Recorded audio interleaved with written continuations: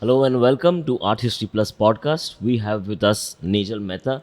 This conversation is powered by La Ananta Absinthe, Liquid of the Legends. It's India's first and only absinthe brand. It's pretty amazing.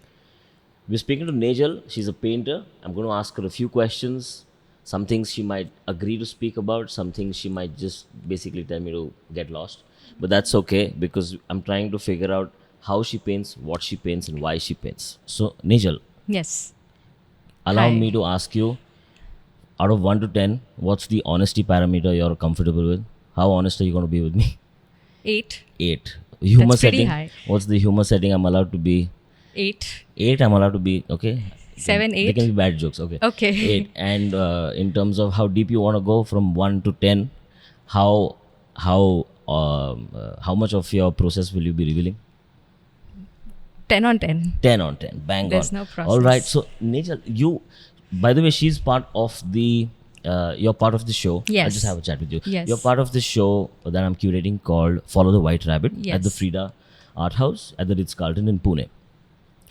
You give 4 works. Yes. And these 4 works have your mother. Yes. These are beautiful paintings, and they essentially, I was just curious, you've painted, so the images are of your own mother or, Yes. or mothers? No, they are of my mother. What made you, can you please let's start this conversation by asking you, why did you choose your mother as a model? So, if you see carefully, all the paintings of my mother, the ones that I hear and the ones that I've painted otherwise, they generally have her hands. So, that's sort of her portrait. Her hand is a portrait. Yes. Every painting has her hands in different positions or doing different things. And it is sort of it's symbolic because I did not see her growing up as much as I saw my father.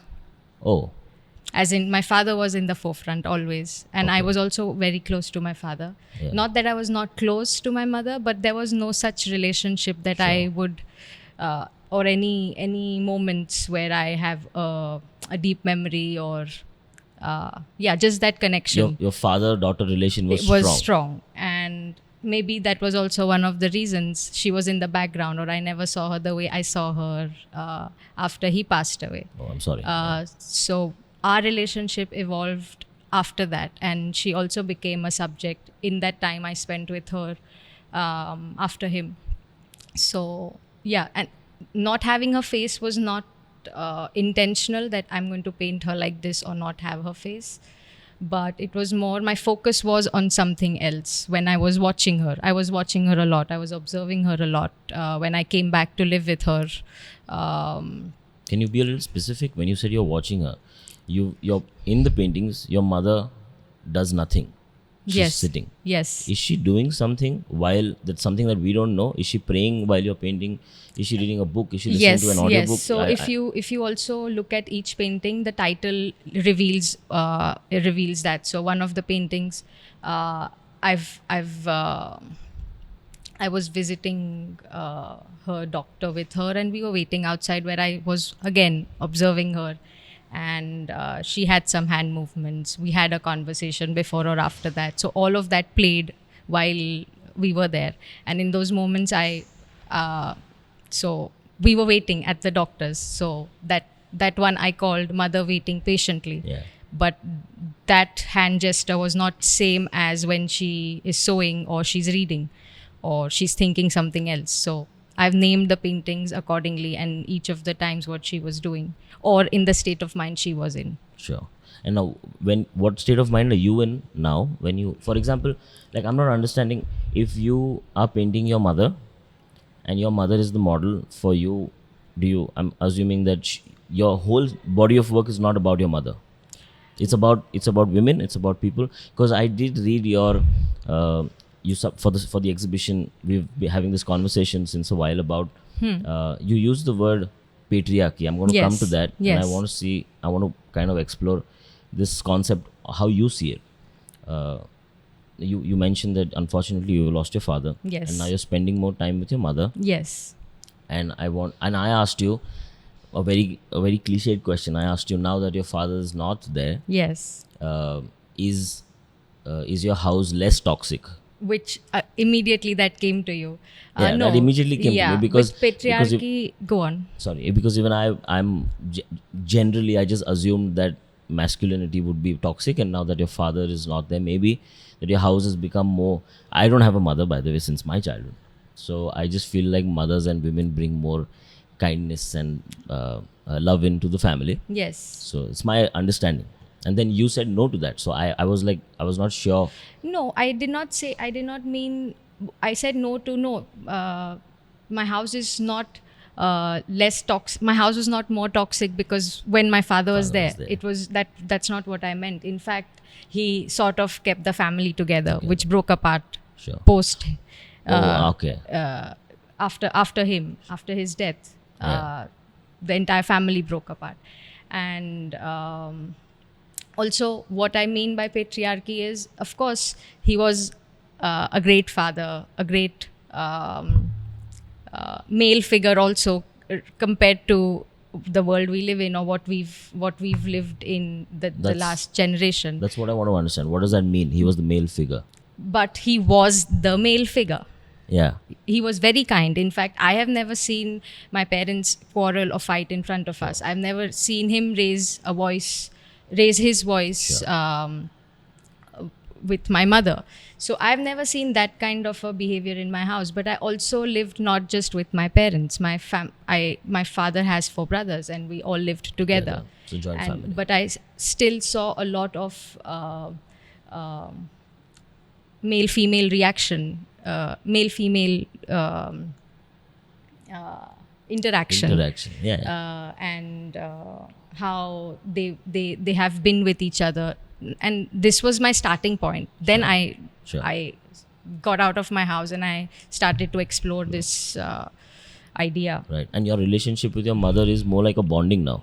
Yes, I would not call it like that. I feel a little cliche. Now we are friends, and Yeah. no, it doesn't change that way. Yeah. But what has changed is we talk. Obviously. We speak about subjects that are not comfortable, or we never thought we would speak. Sure. Quality time. Yes, she's a very religious person. She wanted to become a monk before she got married. wow. But again, her father did not allow her to do that, Oh, because okay. he was the man and he would decide. And also, maybe that was the time she lived in where Do these subjects directly affect your work as the entire body of your work, or just specific paintings? Do you have any other subjects that you? Of course, my mother's subject is just a more recent More one. recent, 3 years maybe. I've been exploring this, and I would like to Yeah. go on. Can but would it be possible for you to tell the viewers what is your larger body of work about? yeah, I would like to speak about that. So I've been painting a lot of trees and plants before I was doing this, and I'm not separating. This is a series, that is a series. It's back and forth. Yeah. But my work generally is not very. We are making it sound like it is a grand theme, but it's actually not. My mother was around me, who I did not see, but she was right there, like that plant that Yeah. was right there the entire time, but I did not see it in a certain Yeah. way. The day I saw it, I painted it. How do you choose to add value in that? By painting it. How you respect it? You give your plant a little value. I think when I see something day in and day out, and then it comes into my painting, it already is. It has become valuable. But you look at it superficially and say, wow, that's beautiful, I need to paint it? Or are there some characteristics or values yeah. attached to the object that Of you're course, trying to pull out? of course, it is not just a beautiful object. Beautiful object. No, most of my plants or trees that I've painted, or green subjects that I've painted, that have had either some connection of a place, or that thing has been with me for a very long time, or I have in fact grown it, or it's grown in front of me, Yeah. or how it's grown in front of me. So all of these things have had the significance attached to the painting. Yeah. When you first sent those works of your mother, I've been seeing your work since, because I was in FAD when you were a student. I get a sense of a temporal feeling from you. There's an element of time of waiting in most of your paintings. There's an element of time. Even in these paintings, like Amrita Shergill, there's a reference to just waiting, where the three girls are waiting. So I feel is that a subject that you're exploring, passing of time and hence adding value to them because you feel like by documenting a person in their lifetime and or in maybe your lifetime, you get to read, you get to I hold like on how to. you have put it because that makes sense. Is it not riffraff? No, it's not riffraff. You're helping me talk about my work because I usually don't find words to explain my work. I think that's with artists also. You're not supposed to Talk use up, your yeah, words. You're supposed right. to paint. You're supposed to paint. But some people can. Yeah, Really, I cannot. And I want to get to you about the riffraff topic also after Okay. this. So about time, the feeling of the feeling of the paintings being temporal, it makes sense because I went back to my phone gallery, to my mother's photos, old photos, a lot of material from the past to actually make sense of this work also.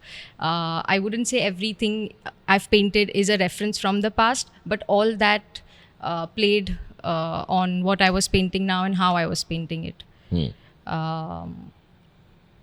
So yeah, it does talk about how it talks about my mother's life and documenting sort of where she was, where has she been, like that has been a bigger question for me. Yeah. That is what I was exploring. And again, going back to patriarchy, I think a very simple fact that we were the setting for my mother also and for me also, the setting was so patriarchal. I did not see her. She was in the kitchen or Yeah, as in I did not see her as that figure that I'm painting right now. I did not see her like that, or I did not see her clothes. I did not observe her clothes. I did not observe her actions. why? Because See, I'm a guy. I'm not going to have that lens. Yeah. And plus, your truth setting was 10, humor setting was 8. So I'm going to go for it. I don't get what you're saying. Okay. Like I told you yesterday, Maybe because what you're understanding when I say I did not see her is on the surface, that I did not see her. No. I meant Okay. like maybe your mother was. This is an assumption. Maybe your mother was so invested in the family. in the family, Right. that Taking care of the house, in the family. she's doing her role Yes. that you didn't. Exactly. Right? Yes. Yes, She no. was just fulfilling her role, her duties. I don't remember having a conversation with her. Can we expose this subject a little more? Because Go I think people, they just assume that of a certain concepts, and that actually, I'm really happy that you can articulate these ideas. So can you just explore this subject about what it means to do what you think your mother is in her role, and what is. Can you open this conversation of patriarchy a little more, like through your experience What is my mother in her role now or back before then? back then, and then how she is now in relation to that? Because that's a huge part of you sitting with your mother and painting her. It's such a privilege to get a housewife. She's a housewife. Yeah. To get a housewife. Now I'm assuming it's just you and her. To have time to just sit and paint your mother, as opposed to living in a joint family where she's making chutney or Right, making right, something, right. or she's like taking care of the kids, and she's so being a mother, being a wife, being a somebody's bahu, and Yeah. So not just for her, like I did not have any set roles back then, but Yeah. I was expected to be a certain way, do certain things, right? As a girl child, yeah. in a joint family. Give me two So examples. on the heels of it, we are in an open-minded world, in an open-minded family where education is allowed. You can do whatever you want, but there's a time to it, and then it stops, and you have to 22 में शादी करने का bus. Marwari युवा. Yeah. So I that can is say it. You don't say it. that is one thing. Yeah. And no matter what you achieve, it's not regarded as an achievement till you do not have a man you marry and you Yeah. take care of your home. Yeah. All that will come after that, but this is important. Yeah. So this is also one idea that I have grown up in. Yeah. And I people would feel bad because people, as in So you're this idea of freedom of thought is it comes with a limitation. Open-mindedness comes with a limitation. But if you open it, how open will you be? A boy doesn't have to think about all this. Why does a girl have to think about all this? I think guys think about. Think about what? Does their life stop before after marriage? I think guys. Okay, maybe you're right. Maybe guys think of being within limits, because guys can be really wild. Within, I don't know whether it's a natural. I don't know. I put no, my but then foot that's in my up to mouth. them. Yeah, It's up to them. Yeah. They can decide. This is not up to me. You will true. decide that That's for true. me, or a family would That's decide that for me. It's totally up to you how you want to be. So you're socially engineered, is what you're saying. Yes, and I think even boys are. Yeah, and mothers socially engineer boys also. Exactly. Fathers also. For example, my mother would not support me. No, I'm not talking about right now, but just in the setting she was, because she had to be answerable to again another man. Sure. If she was supporting me for something, Sure. she had to explain that, and she would be shut down if she went ahead with it. All these ideas don't come in your paintings in any way, or are they trapped Of course, within? they are all there. They are all there Of course, they are all there. within. Yeah. That's interesting. And your family, as when they see you as a painter, you're like a full-on failure. You're No, not ये not जल्दी माँ anymore. बनेगी। Not anymore. इसका no, कुछ career नहीं है। No, not anymore. What is That it has changed they over allowed time. to be a painter because it's a easier fail Than being than- a corporate. No. You're a non-essential.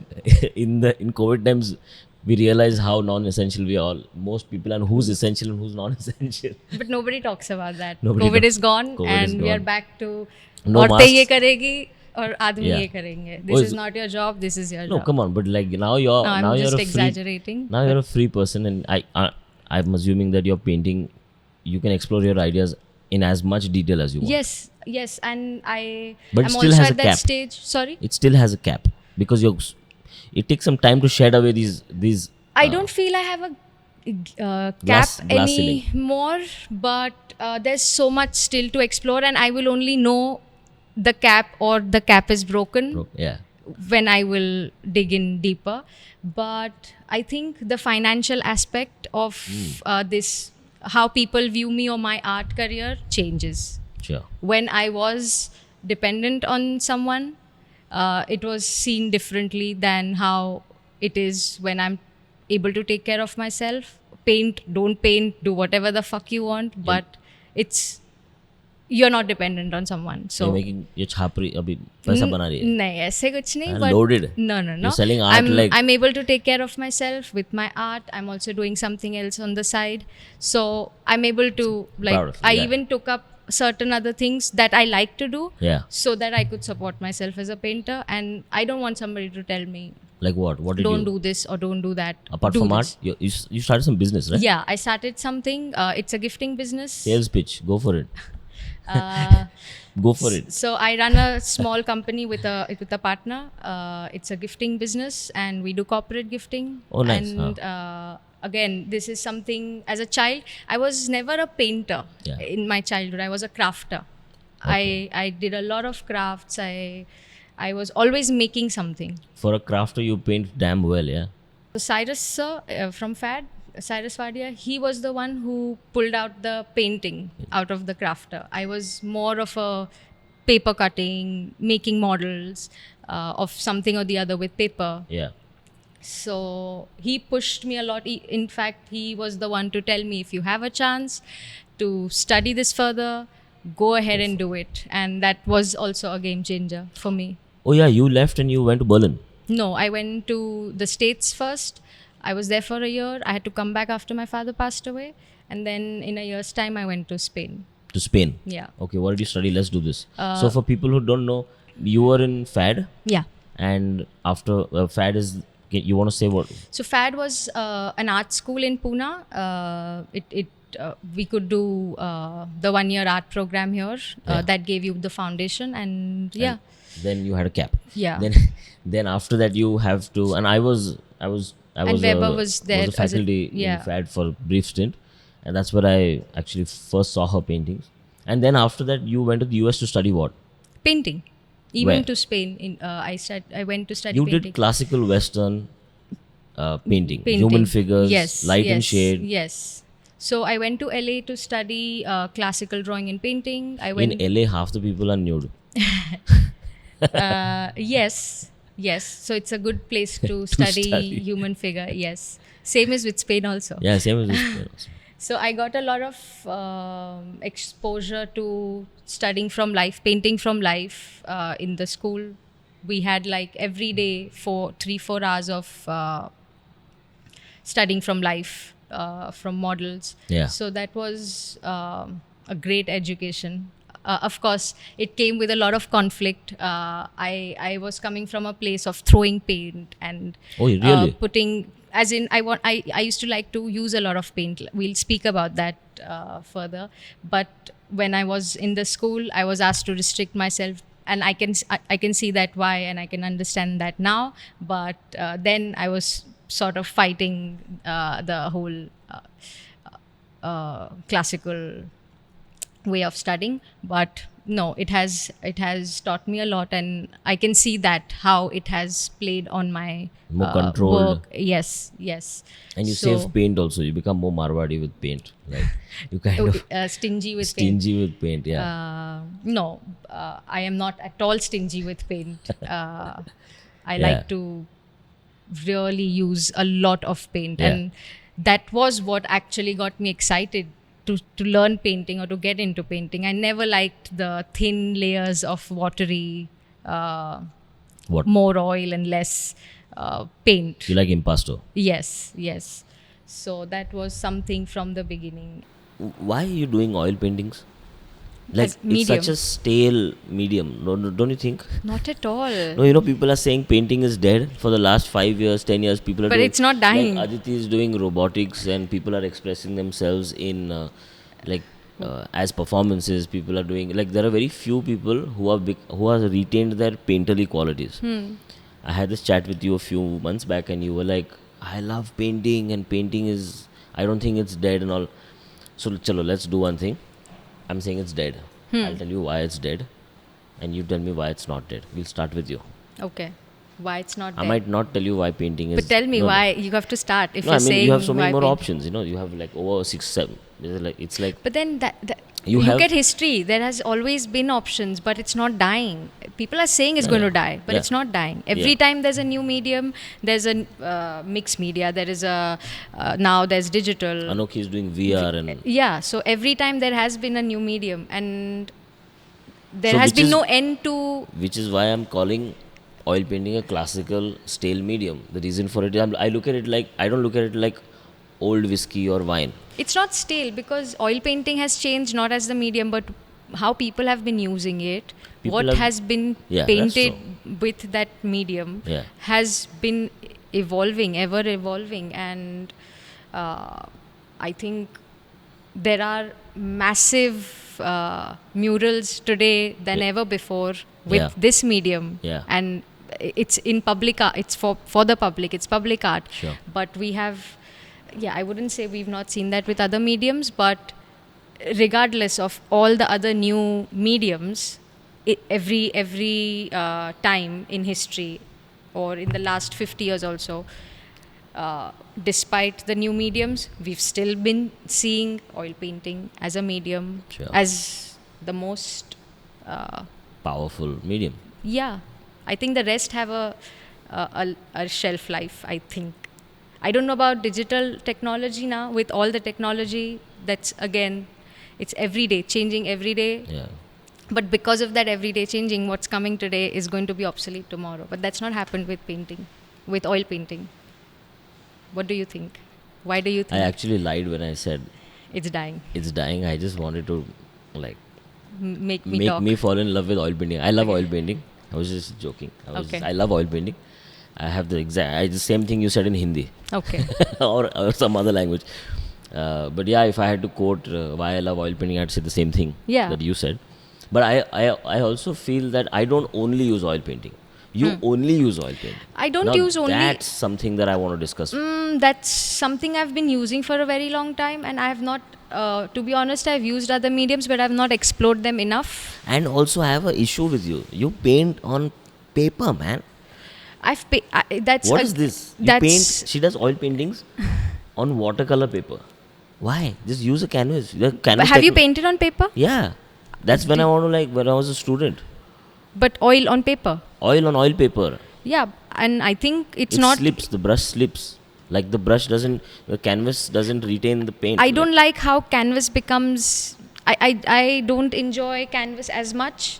Why? As much as paper, but I'm not saying I don't want to paint on canvas or I only want to paint on paper. No, tell me why you paint on paper. Because everyone paints on canvas. Now here comes this artist who's like, no, I paint on paper. Because how my brush moves and the paints move on paper, Sure. I enjoy it much more than how that works Yeah, on it's canvas. more slick. Yes, Yeah, I yeah. think so. And this whole layering of canvas takes so much time. I like to have my paint quickly on, and I don't like to put thin layers and then build it on top. Of course, there's a lot of paint on my paper paintings also, but my first layer is not a struggle. I know what's happening. But the oil will absorb inside the paper and the painting will flake. The paint will flake. No, it is not happening. You're priming the paper? I'm preparing the paper. The paper is cold pressed paper. Can you give a quick tutorial how to prepare paper for an oil painting? Yes, you use. I am using a 300 GSM cold pressed watercolor paper. I don't acrylic binder. That's like a thick. It's Like gesso, it's keeping your. It's protecting your surface, paper surface. Nothing will pass through that. No oil will pass through that. So you can use your acrylic binder. That's one option. Second is gesso. I prefer acrylic binder. I think that's more, that seals it for good. Yeah. So, and you are ready to paint on your paper. Sure, but then I don't have, I would have liked to show it to you. The paper is 300 GSM. It holds that paint and it's still stiff and strong. Yeah. Nothing happens to it. Have you ever painted on wood panels and wood? Yes, because I have. It's nice and slick there also. Yeah. Because if you're using the acrylic binder, you can use it on any surface. Any surface. Yeah. So this is something I will explore in the future. But the ease of taking care of the paper, I understand it's more delicate, but also it's very convenient. Yeah. It's not heavy. Yeah. These paintings are relatively small, so it's not a problem to ship them, to store them anywhere, to carry them. So paper is good that way. But apart from that, like, there's no particular reason. It's just very nice to paint on the texture, the surface of the paper. Yeah. Yeah. Okay, let's talk about that day. I remember that conversation with you where you said that there's a lot of riffraff in the art world. Of course, there is so much riffraff in the art Okay, world. now this is a hot topic. Okay, it's like, and I was like, artists need to learn how to say more things. I did a podcast with Kedar also, and I was like, everyone just says nice, interesting. So when someone wants to articulate their ideas, they use very basic English. Okay, they use words.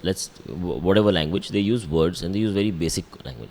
But when somebody really has an opportunity to say what their work is about, they go for it. And when that is read by people who don't have the vocabulary for it.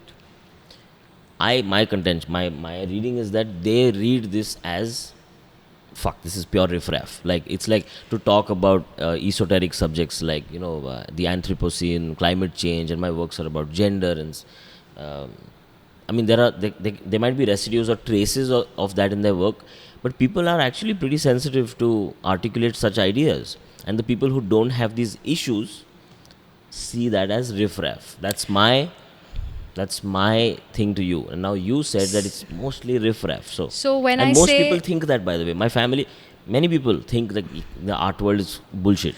see, you have to understand, is your art world only for the art community? No. It is for the public. Yes. They will not understand that language. I'm not saying everybody who speaks in a certain way or uses difficult language, they're all riffraffing. If you're talking about something in that manner, it has to come from a place of honesty. It should mean something to you. It shouldn't be like, if I feel that way, I should be able to write it down and be able to comprehend that for myself, put it down and then put it out there. But if I am making that up with the help of ChatGPT now, or using your dictionary to make it sound your writer friends. high level, that Yeah. is riffraff. And for whom? If you're doing it for the art world, again, I feel if I speak Tamil and you don't understand Tamil, doesn't mean I didn't say anything. I said something, you didn't understand it. So my argument is that if somebody writes something, maybe they. and I'm okay with that. I do know artists who don't think like that or don't I'm speak like absolutely that. fine with that. And I would maybe put that effort into understand, like trying to make sense of that, or even ask the artist. But if you're putting it out there for the public, for the viewer, and you want them to get something out of it, then you would also think about them. But most artists have this bloody ego saying that I do it for myself. I don't want anyone to understand Then it. All this, there's It's a like, part of their personality then. sure. Yeah. But you said most of it is riffraff. So now I'm coming back. But it was straight not, to you. so riffraff was about the art world. I was not saying what an artist is writing about their work. Sure. I was not So particularly then talking about that. Can we just have like 5 minutes to explore this? Like when you say the art world, who is the art world? It's not the artists. It's not the artist. I think art world has a very small place for artists, but the larger space is surrounded by non-artists or people who are associated with art, not Wow. by the ones who are making art. Yeah. What do you think about that? I think the art world are the people who are involved in the production of art on Artists. various verticals. The production of the art world, the production of art involves the makers, the producers of art, the distributors, the investors, like a film, like the film industry. I mean, the art world is not an organized industry, but there are people who are contributing. I wouldn't include maybe the frame wala or the stretcher wala. Yes, that I would, but that's not like the conceptual or the ideation side of the word. But there are writers. Of course, those there are different kinds of artists. And I would include all of them in the art world. I would culture makers. I wouldn't look at it just as artists. I would say creative people. All creative people. Yes, I mean the same. But So are you what saying- I'm trying to say is, a larger part of the art world is not being run by or decided by or in the hands of the creative people. Okay. That's what I meant. I agree with that because it's like Spotify. There's a whole corporatization of, there's money to be made and most of the money is being taken by Right. the executive. Yes. And the artist gets little money. Do you Yes. feel that's happening in your life personally? Do you have an agent? Do you have a gallerist? Do you have? No, not at the moment. No. So then what are you upset about? I'm not upset about anything, but you asked me Yeah. I thought you were like, I'm art losing. world, but this is a fact. Whether I have an art, agent or a You gallery, don't want any artist to be cheated or yes, and not just that. It's not even cheated, about. They have the power. They should have the power The in their artist. hands. They should be the ones deciding. But do you think the artists are working towards retaining power, or they just want to be like, I'm just a painter? It's I so don't. complex. I don't. They're not even No, doing it's that a great because subject because it's complex. Why I'm saying that, because when you bring that up, are we working on retaining the power? To be honest, not so much, because that's another battle. When will we paint and how will we paint, and that will affect. sure. Like anything else you do apart from painting, painting in my case, but other creative work in others' cases, it will take a hit. I'm asking everybody. I'm asking everybody who's doing this podcast. I'm asking them: do you see yourself as in the business of art, or do you see yourself as an isolated artist who's just doing art and you're not interested in the business of what you're doing? Because then you would take responsibility for the distribution. What do you mean business of that? As in, I would like to sell, but Yes, you are a painter, yeah, but you're not just painting things and keeping them. You are not for myself. No, I would want to put them out there. then you are in the business of art. Yeah. And once you're in business, you cannot just be a manufacturing person. You have to pay GST, you have to do Of your course, paperwork, you have to yes. look at your bottom line, top line, you've got to look at the That's with charts and see how you're anything. growing as a person. No, but Yeah. artists don't want to take the responsibility of actually having those tough conversations, which the administrator or the person who's taking the money to mount the work in the world is doing maybe. And so I feel that And they deserve the share they get. Absolutely. yes, if you're doing that much work, I spoke Yeah. to a gallerist in a podcast, and she said something very simple but blew my mind because I was never injected this idea. And she said that if you're doing as much work as she does to get the work out and sell it, take the extra 40%. Keep it. You should charge that much. You should charge the top line. But if you're just painting and saying I'm just only going to paint, then all the best with your career. It's not a career then. A career it's not a involves career. trusting other people. Yeah. And again, this is something totally subjective to each artist. Would you want a gallery? Sorry, I cut you. Of course, why not? Like, I want to sell work, I cannot stand there out on the street And and what do if the it. gallerist told you, this is selling? You know, Nejal, your mother's paintings are really selling. Everybody Produce wants them, produce I will them. not be able to do that. Why now? Because this is not how I painted what I painted.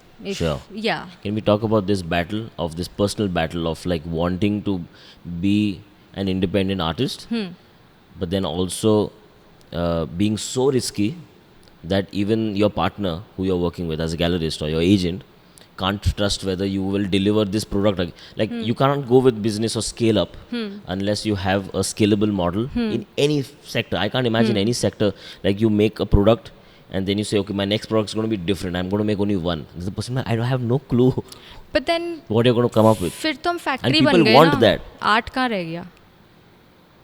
I'm asking you. Yeah, it's like producing. I'll keep producing it, and commercial work will happen. Is commercial work bad? It's not bad, but that's not something I want to do. And maybe I will keep painting this subject for how long, or maybe not, I'll stop. But that shouldn't be deciding, I don't know. It's a tough What question. will, yeah, it's a tough question. And again, something I'll have to see how it works. I feel it's a question for me also as an artist. It's a question for all artists in general of actually defining That or line. being comfortable of your position. For me, it's not even about whether I want to mass produce this or make my own body of work.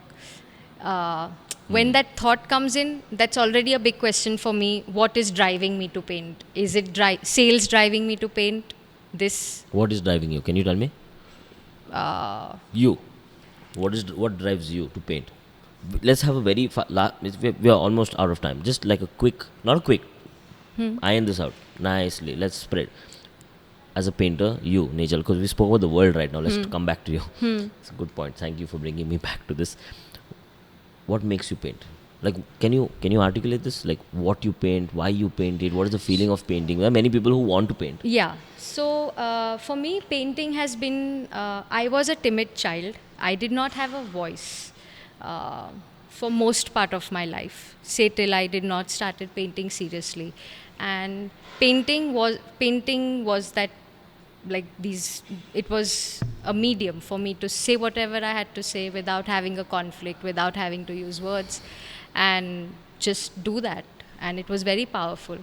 And I think I have also changed my I feel pretty confident about myself because of painting also. It's something I've I feel confident in having an opinion, which I did not before, probably. So yeah, patriarchy is one of the things. Don't you feel by thinking about patriarchy too much, you are becoming more toxic? No. Like, you become what you hate. No, I don't hate anything. No, I mean, like I yeah. don't have ill feelings towards any. The word any. patriarchy is pretty dense in 2023. It is. So when you keep saying it, I've grown up seeing all this. I'm sure, I'm not very doubting that. Closely, but I did not have. Again, I did not have a vocabulary. I did not have the confidence or courage to say, why are you doing this, or why are you behaving like this, or why is this system set in this way. But I had all this going on as a child in my head. Yeah. This was going on in my head कि ऐसे क्यों हो रहा है? But I did not say anything or ask anybody. That was not the setting I was in. But it was all there, and it has somehow, painting has helped me be vocal about it, ask questions, paint about it, not shy away from it. And if somebody is doing that around me, I will call it out. To me, I will call it out, which I feel my mother did not have any tools to do it with, the way she was brought up, the setting she was in. So she also lives through me now. Oh wow, that's a good point. Yes, she does. And that's what I'm talking about when I say we can have those tough conversations now. She thinks about it. It's not a conversation. Just say childhood, if I said something, they'll shut me up and they'll also vanish because they don't want to face it. It's not that anymore. We are okay to face it, even if we are not comfortable. We'll let it pass, but we'll come back to it. She'll come back to me and you were right about that actually. Or I was thinking about it. That's actually quite extreme. We are able to talk about that. Why? Because of the practice we've had, not because I paint her or because she's a subject of mine and I'm forcing her to converse about these subjects, but it's just the paintings are a byproduct of all these activities we've been doing. Yeah. She's living some part of her life she couldn't live, or the things she couldn't do. She's doing that through me. I really like that point. Yeah. Yeah. So that's why I paint. Wow. This is a great, nice, interesting perspective. I shouldn't say interesting after all of this. All right. It was great talking to you. Same here, Vaibhav. Thank you. If you like the podcast, if you like the conversation, can you look in that camera and say whatever you want, and at the end of it about the podcast, and then just say like, comment and subscribe, because people really listen to artists. Okay.